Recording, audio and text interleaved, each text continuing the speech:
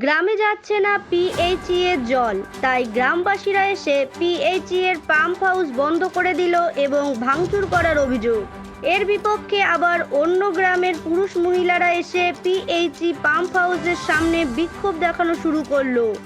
বিক্ষোভকারীদের অভিযোগ, বাইলানি গ্রামের বিজেপি কর্মী সমর্থকরা এসে পিএইচই এর পাম্প হাউস বন্ধ করে দিয়েছে এবং ভাঙচুর করেছে, যে কারণে এই গরমে সব গ্রামের জলই বন্ধ হয়ে গেছে। অবিলম্বে জল সরবরাহ চালু করতে হবে এবং বিজেপি কেন এই ঘটনা ঘটালো তার জবাব দিতে হবে। যারা ভাঙচুর করেছে তাদেরকে অবিলম্বে শাস্তি দিতে হবে। যদিও যাদের বিরুদ্ধে অভিযোগ তাদের দাবি, এখানে কোনো দলীয় রং নেই। আমাদের গ্রামে জল পাচ্ছে না। আগে জলের ট্যাঙ্কিতে করে দিনে 3 বার জল দিত, মানুষের জলের চাহিদা কিছুটা মিটে যেত, কিন্তু এখন জল যাচ্ছে না। বহুবার পিএইচই এর দপ্তরে কথা বলে কোনো কাজ হয়নি, তাই আমরা এসে জল বন্ধ রাখার কথা বলেছি। কোনো রকম অশান্তি বা ভাঙচুর আমরা করিনি। পিএইচই পাম্প হাউসের কর্মী বলেন, ওরা আসার পর আমি ওদেরকে বারণ করেছিলাম, কিন্তু ওরা শোনেনি। ওরা পাম্প হাউস বন্ধ করে দেয় এবং কিছু জিনিসপত্র ফেলে দেয়। আমি প্রাণ ভয়ে পাম্প হাউস ছেড়ে বাড়ি চলে যাই। এখন দেখতে হবে কি ভাঙচুর করেছে। ঘটনাস্থলে হাসনাবাদ থানার পুলিশ।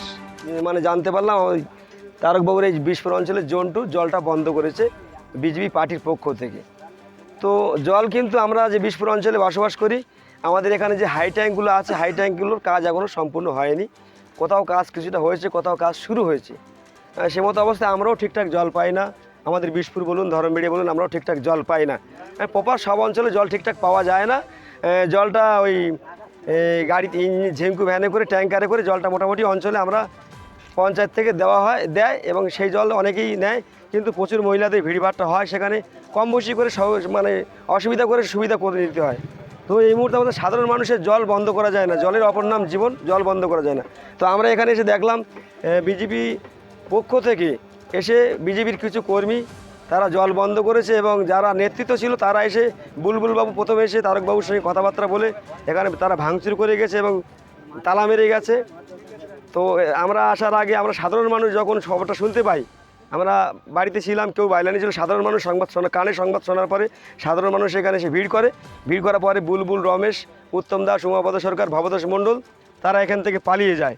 যেহেতু সাধারণ মানুষের জল বন্ধ করেছে, তো সাধারণ মানুষ যখন একসাথে হয়ে প্রতিবাদ আন্দোলন করছে তখন সাধারণ মানুষের ভয়ে তারা চলে গেছে। যে কজন ছিল, বিজিত সর্দার, গোপাল দাস, আরও একটা ছেলে ছিল, 3-4 জন ছিল, তারা আছে।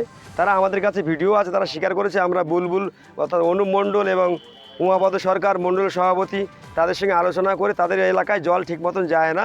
তারা স্বীকার করেছে জল আমাদের ট্যাঙ্কারের মাধ্যমে পৌঁছে দেওয়া হয়, হয়তো 4 গাড়ি লাগবে, সেখানে 2 গাড়ি কি 3 গাড়ি যায়, একটু কম যায়। তাই সেই কারণে তারা এখানে এসে জল বন্ধ করেছে এবং পিএইচই দপ্তর ভাঙচুর করেছে। তো আমরা সাধারণ মানুষ, পার্টিগত বিষয় না, আমরা সাধারণ মানুষ হিসাবে চাই জলের প্রশাসনের পক্ষ থেকে জলের একটা সুন্দর ব্যবস্থা করা হোক বিষপুর অঞ্চলে। এবং এই যারা বিজেপির তরফ থেকে যারা এসে জলটা বন্ধ করেছে এবং পিএইচই দপ্তর ভাঙচুর করেছে, এদের কঠিন থেকে কঠিনতর শাস্তি চাই। পিএইচই দপ্তর এর থেকে এদের বিরুদ্ধে তদন্ত করা হোক, কেন এরা এই কাজটা করলো। দেখুন, কারণটা হচ্ছে, প্রথম কথা হলো এটা আমরা সাধারণ মানুষ হিসাবেই এসেছি, ঠিক আছে, এখানে কোনো পার্টিগত কালার না। আর আমরা দীর্ঘদিন ধরে টাকির যে ইঞ্জিনিয়ার প্লাস বিডিও অফিস তাদের কাছে দরখাস্ত দেওয়া দিয়েছি আমরা জলের জন্যে। কী কারণে? জলের জন্যে, যে জলটা আমরা দীর্ঘদিন ধরে পাচ্ছি না, প্রায় 2 বছর হতে চললো, ঠিক আছে, জল আমরা পাচ্ছি না। তো সেক্ষেত্রে আমরা শুভ ইঞ্জিনিয়ার না কি আছে প্রায় ফোন করি, তো অনেক হাঁটা চলার পর বলার পর দরখাস্ত দেওয়ার পর ওনারা একটা ব্যবস্থা করেছিল ট্যাঙ্কারের মাধ্যমে জল দিয়ে। দীর্ঘ 3 মাস ধরে, ভোটের অনেক আগের থেকে জলটা দিচ্ছে। তো তখন 3 ক্ষেপ 4 ক্ষেপ করে ডেলি আমাদের জল দিত, আমাদের মোটামুটি সমস্যাটা মিটে যেত, আর মানুষকেও ঠিকঠাক জল পেত এই মানুষের পাশে থাকার জন্য।